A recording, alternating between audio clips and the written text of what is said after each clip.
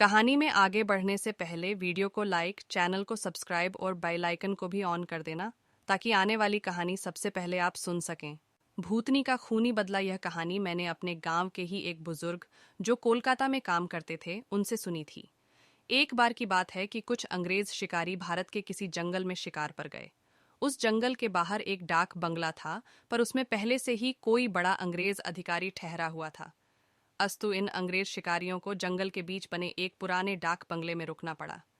इस डाक बंगले का रखवाला अपने परिवार के साथ रहता था और डाक बंगले में रुकने वाले लोगों की सेवा करता था। इस रखवाले के परिवार में उसकी बीबी तथा लगभग 14-15 साल की उसकी एकमात्र लड़की थी। एक शाम जब अंग्रेज शिकारी शिकार करके वापस डाक बंगले पर आए तो नहा धोकर पीने बैठ गए। पीने के बाद उन्हें इतनी चढ़ गई कि वे लोग पूरी तरह से बहक गए और उस रखवाले को गोली मारने के बाद उसकी बीबी तथा बच्ची को नोच डाले। इन पापियों को नशे में कुछ भी पता नहीं चला और नोचने के बाद उन दोनों को भी गोलियों से भून डाले और तीनों की लाश को डाक बंगले के पीछे दफना दिए। यह बात आई गई रह गई। अंग्रेजों ने फिर कुछ दिन के बाद वहां कैलाश नामक एक नया सेवक रख दिया। किसी को कुछ भी पता नहीं चला कि इस पुराने डाक बंगले का पुराना सेवक और उसका परिवार कहाँ चला गया। एक बार की बात है कि नया सेवक कैलाश रात को गेट बंद करके सोया हुआ था। तभी अचानक उसकी नींद खुल गई क्योंकि उसे लगा कि दरवाजे पर कोई रो रहा है। उसने एक हाथ में लाठी उठाया और दूसरे में चिराग और दरवाजे पर आकर हाँक लगाया। कौन है? इतनी रात गए कौन दरवाजे पर रो रहा है? उसने देखा कि एक किशोरी दरवाजे पर बैठी रो रही है। कैलाश उस किशोरी के पास गया और उसके सिर पर हाथ रखते हुए कहा कि बेटी रो मत, अंदर चल। फिर उस किशोरी के अंदर आने पर कैलाश ने उसे पीने के लिए पानी आगे बढ़ाते हुए पूछा कि बेटी तुम कौन हो और इतनी रात को अकेले इस जंगल में क्यों भटक रही हो? कैलाश की इतनी बातें सुनते ही वह किशोरी और तेज भफक पड़ी। कुछ समय तक तेज तेज रोने के बाद वह थोड़ा शांत हुई और कैलाश को बताई कि वह इस डाक बंगले के पहले सेवक की पुत्री है। फिर उसने यह भी बताया कि कैसे 4-5 अंग्रेज शिकारियों ने उसके पिता को मार डाला और उसके बाद उसके तथा उसकी माँ की आबरू को नोच डाला। फिर कैसे उसकी माँ तथा उसको भी गोलियों से भूनने के बाद डाक बंगले के पीछे दफना दिया। उस किशोरी की इतनी बातें सुनते ही कैलाश पूरी तरह सहम गया, पर निडरता दिखाते हुए पूछा कि ऐसे कैसे हो सकता है? अगर तू मर गई है तो मेरे सामने कैसे बैठी है? कैलाश की यह बात सुनते ही वह लड़की अचानक गायब हो गई और कैलाश कुछ समझ पाए। इससे पहले ही वह उस कमरे की दीवार पर उल्टी टहलती नजर आई। कैलाश यह नजारा देखकर पूरी तरह से सहम गया।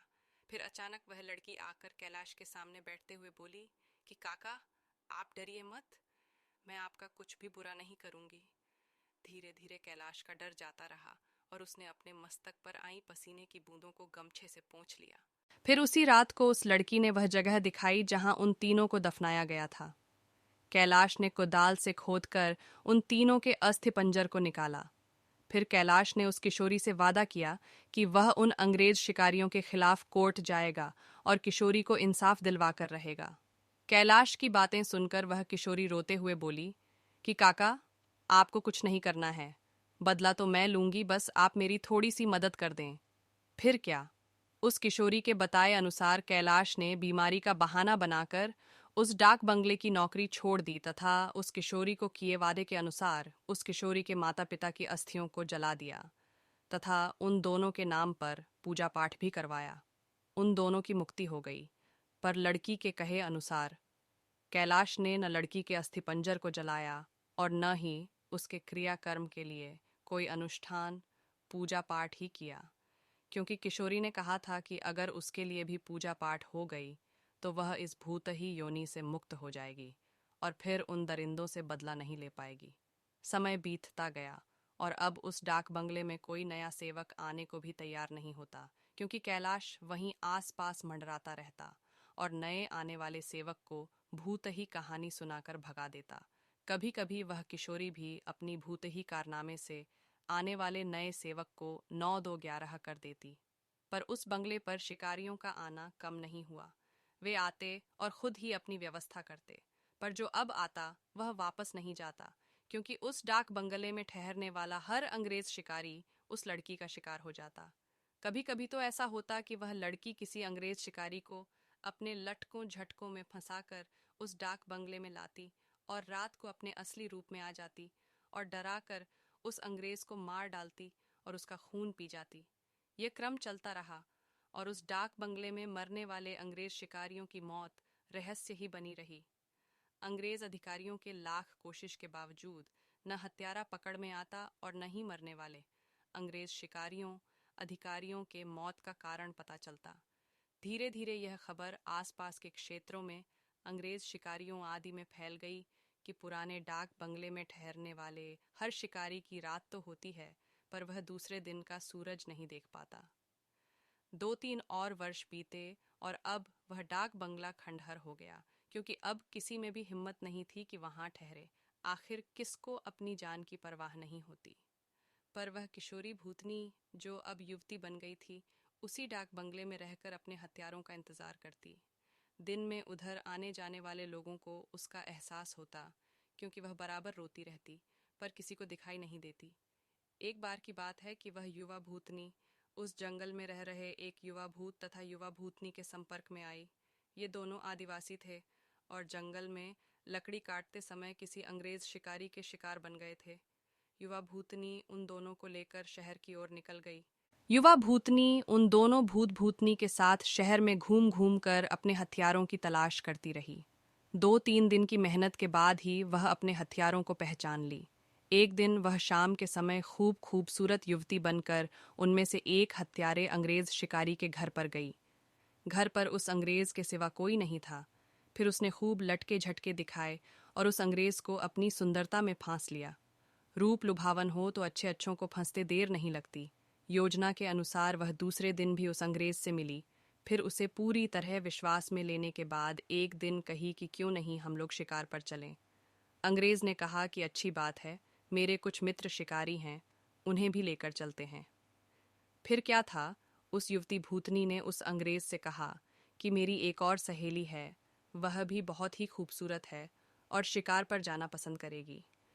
फिर दूसरे दिन उस युवती भूतनी ने अपने साथ आए हुए दूसरी युवा भूतनी से उस अंग्रेज शिकारी को मिलवाया। अब तो अंग्रेज पूरी तरह उस भूतनी के माया जाल रूप जाल में फंस चुका था। एक दिन सुबह सुबह वह अपने उन्हीं पुराने दोस्तों के साथ जंगल की ओर निकल पड़ा। दिन भर शिकार करते रहे और खूब मौज मस्ती भी। शाम होने को आई तो अंग्रेज शिकारियों ने कहा कि अब सूर्य ढलने लगा है, क्यों ना हम लोग वापस शहर लौट चलें। अंग्रेज की बात सुनकर उस युवा भूतनी ने कहा कि ना, आज रात हम लोग यहीं ठहरकर जंगल का आनंद उठाते हैं। पर एक अंग्रेज शिकारी ने कहा कि हमने पहले से डाक बंगला तो बुक किया नहीं है, ठहरेंगे कहाँ।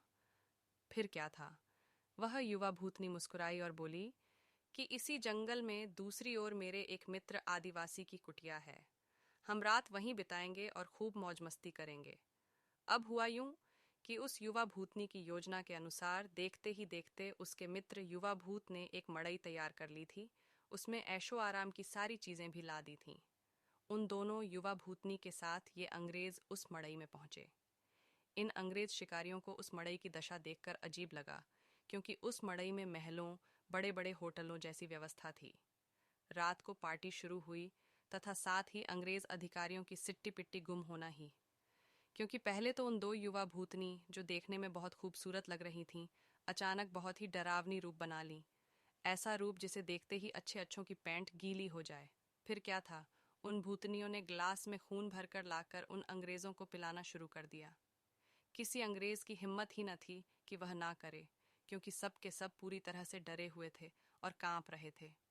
अचानक आदिवासी युवा भी विकराल रूप में आ गया और अचानक उछलकर पास के एक मोटे पेड़ की मोटी शाखा को उछलकर इतना जोर से खींचा कि छर्र की आवाज के साथ वह मोटी शाखा टूट गई। उसके बाद वह विकराल भूत उन अंग्रेज शिकारियों में से एक को पकड़कर पैर के नीचे दबाकर देखते ही देखते चीर दिया और उसके खून को पीने लगा।